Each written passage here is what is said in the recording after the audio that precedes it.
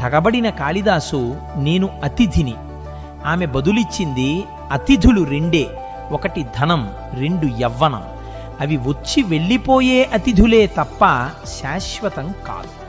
అప్పుడు కాళిదాసు, అమ్మా నేను క్షమావంతుడిని. ఆ తల్లి గంభీరంగా నవ్వి అంది, నాయనా ఈ లోకంలో క్షమించే సామర్థ్యం ఉన్నవారు ఇద్దరే. ఒకరు ఈ భూమాత, రెండోది సహనశీలి అయిన నారీమణి.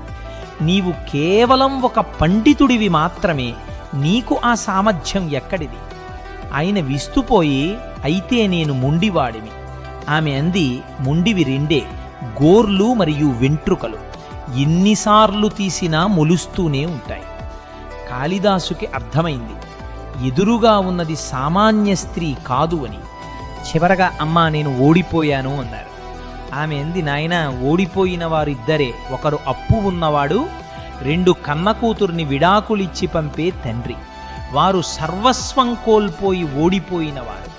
అప్పుడు కాళిదాసు ఆ తల్లి పాదాలపై పడి, అమ్మా నేను మూర్ఖుడిని అని అరిచారు. ఆ తల్లి కడసారిగా అంది, మూర్ఖులు ఇద్దరే నాయన, ఒకరు అయోగ్యుడైన రాజు, రెండు అహంకారి అయిన దర్బారీ పండితుడు. ఆ మాట వినగానే కాళిదాసు హృదయం ద్రవించిపోయింది. అమ్మా నేను ఆ దర్బారీ పండితుడిని అని శరణు కోరగానే అక్కడ ముసలమ్మ మాయమై సాక్షాత్తు సరస్వతీదేవి దర్శనమిచ్చింది. అందువల్ల గుర్తుంచుకోండి, పాండిత్యం అహంకారాన్ని పెంచకూడదు.